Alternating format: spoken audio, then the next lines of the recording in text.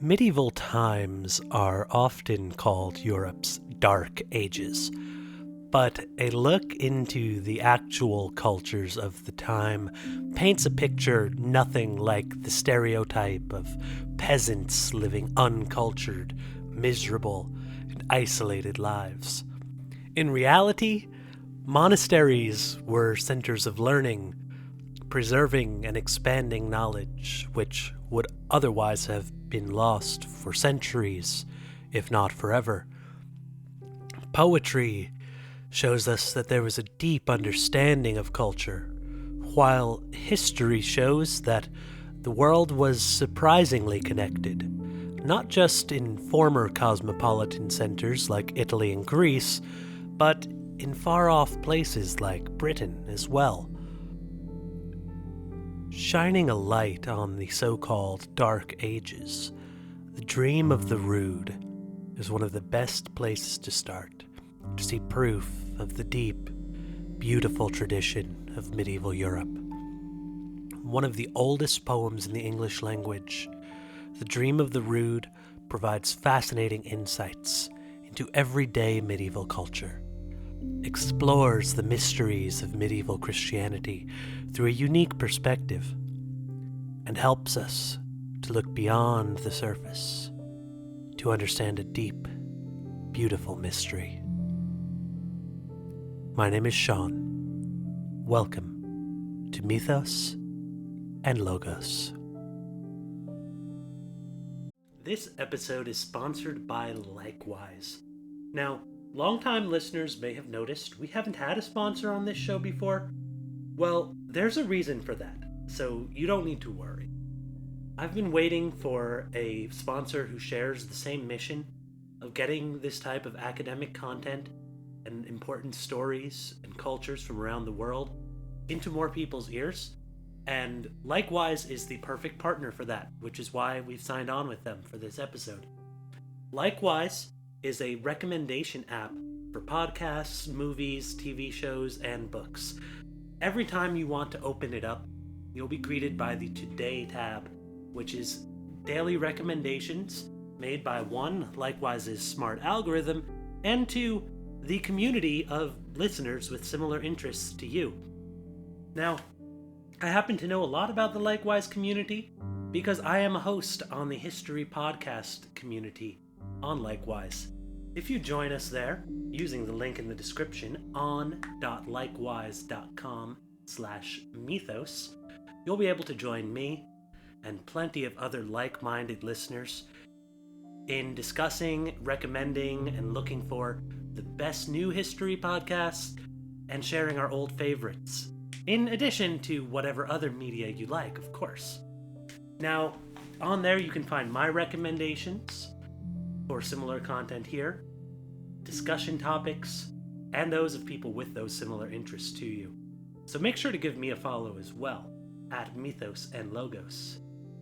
Now, again, that link, which you can click in the description, is on.likewise.com/mythos. By clicking that, not only will you be joining this awesome community, you'll be helping out the channel while you do so I double appreciate it there. That is on.likewise.com/mythos. When you go there, make sure to join the History Podcast group and send me a follow. I can't wait to talk to you. Again, for the best recommendations tailored for you in movies, TV shows, books, and podcasts, it is Likewise. Join supporting the show with the link in the description. Now, onto the Dream of the Rood. Early medieval Britain is often thought of as an isolated place, abandoned by the Romans on the edge of the known world. However, when one begins to look at Old English culture, it is immediately clear that this was not the case. Fragments of the Dream of the Rood are found at the crossroads of many cultures, on the Ruthwell Cross in Scotland, written in runes, the language of the common people and Old English paganism, beside text in Latin, the language of the elite and the Christian clergy.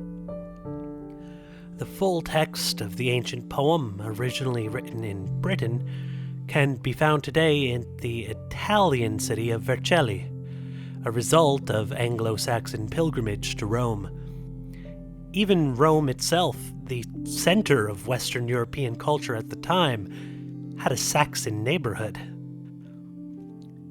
Even in Belgium, at the Cathedral of St. Michael and St. Gudula in Brussels, text from the Dream of the Rood, which in more modern language might be called a vision of the cross, is inscribed in silver lettering around a fragment of the true cross. Not in Latin, French, or Dutch, but in Old English, reading, "Rood is my name. Once, trembling, covered with blood, I bore the great king."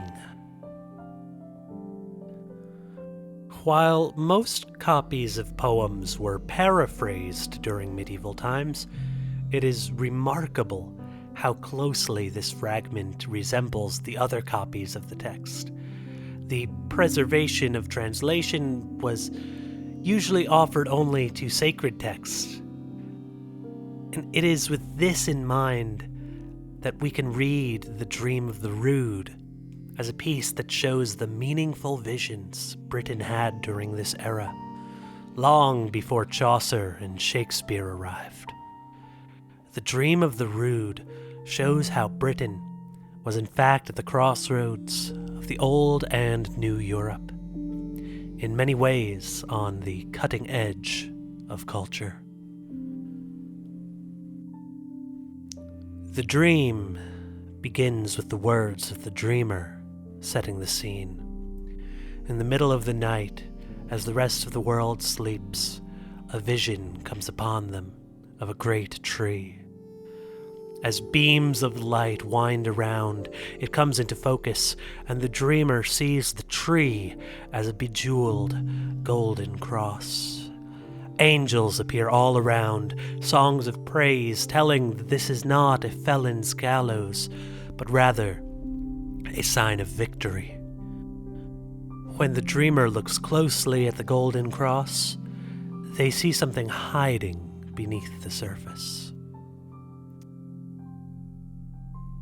Yet through the masking gold I might perceive what terrible sufferings were once sustained thereon. It bled from the right side, ruth in the heart. Again I saw that unstill brightness change raiment and color, again clad in gold, or again slicked with sweat, spangled with spilling blood. The dreamer sees the cross transforming. At one moment it's golden and covered in jewels. At the next, it's wooden, dripping with sweat, bleeding where only a moment ago it shined. The dreamer is mystified, unsure if the gold was placed to hide the signs of suffering, if the slick, blood-stained wood is in fact the truth, or if there's some missing piece that might unite the two images. The dreamer learns the truth behind what they see from an unexpected source, the voice of the cross itself. From this point forward, it is the cross itself that speaks. It tells of its beginning as a tree in the forest, much like those which were revered as sacred symbols in Britain's Celtic and Germanic cultures. Its peaceful life is upended by the axes of a group of Roman soldiers. From my own stem I was struck away, dragged off by strong enemies, wrought into a roadside scaffold. They made me a hoist for wrongdoers. Then I saw, marching toward me, mankind's brave king. Unlike many depictions of the crucifixion, The dream of the Rood does not focus on the suffering of Christ, the king mentioned here. It depicts Christ as determined, at peace, and unafraid, like an ideal medieval warrior king going into a battle. Instead, the focus is on the cross, the faithful servant of the king. Nails are driven into it, deep wounds formed by the hatred of men. Through all the trauma and pain, the cross does not dare to break or bend, not for its own sake, but out of duty to its king. It is only when the battle is won, the king releases his spirit, and his body is brought down, that the cross, exhausted, finally collapses.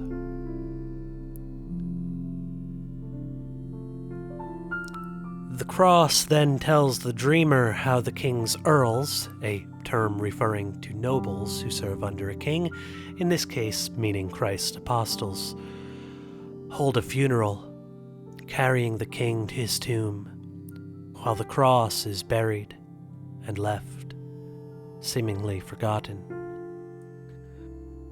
The cross spends centuries in the dark earth, believing the end of its story to be one of trauma, a story of something beautiful, taken from nature and fashioned by cruel men into a torture device. That all changes about 300 years later, when the cross is traditionally said to have been discovered and unearthed by Helena, the mother of Constantine, Rome's first Christian emperor.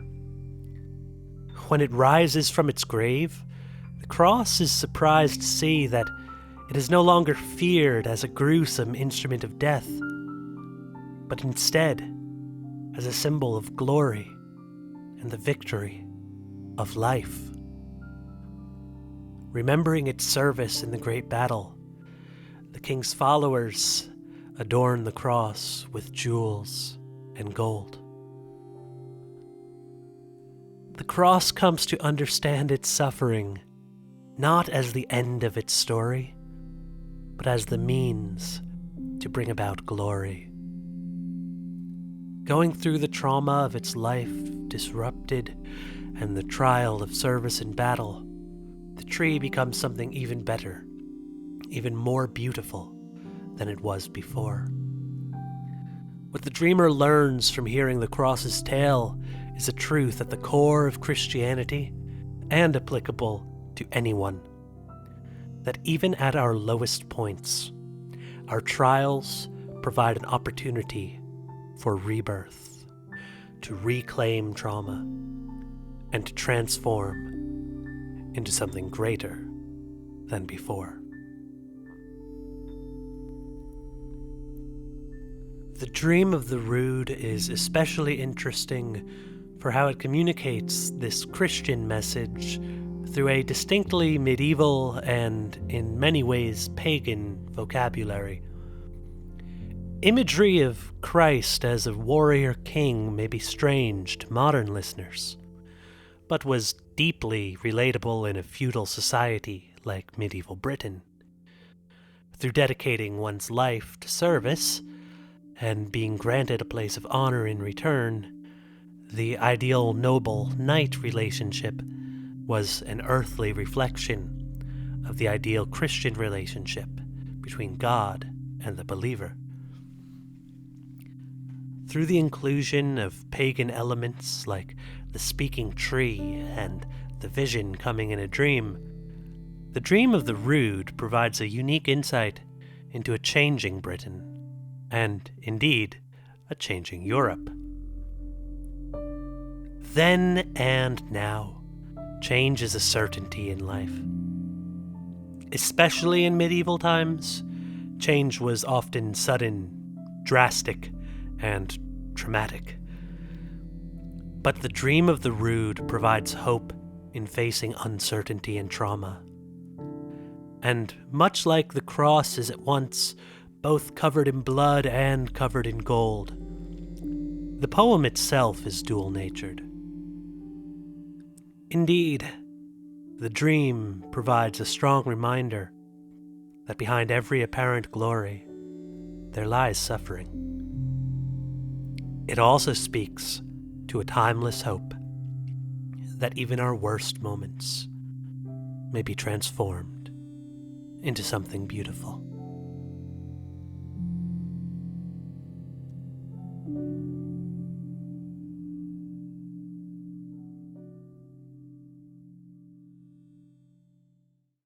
Thanks again for joining in this episode looking at the Dream of the Rood, one of, if not the, oldest poems in all of English literature. It was a pleasure. Be sure to leave a comment to let me know what you think. And if you know of anything else that I might enjoy, or the listeners of this show might, don't forget to check out the sponsor Likewise, where you can make a recommendation. I would say if you really enjoyed the dream vision of this poem, well, that is very common in a lot of medieval and Renaissance literature, the best of which is probably the Divine Comedy, where I recommend the Ancient World podcast by Richard B. Emerson. Check out my review on Likewise. For more general mythological content, you can always take a look at something like the Coffee Table Mythos show, or for history nerds, The Oldest Stories focuses on how myth, history, and archaeology all play together in different parts of the world. Now, either way, if you click that link in the description on.likewise.com/mythos, you'll be able to join in that history community and say hello. Either way, I'm so thankful that you came by for this episode. I'm looking forward to seeing you in the next one. Bye.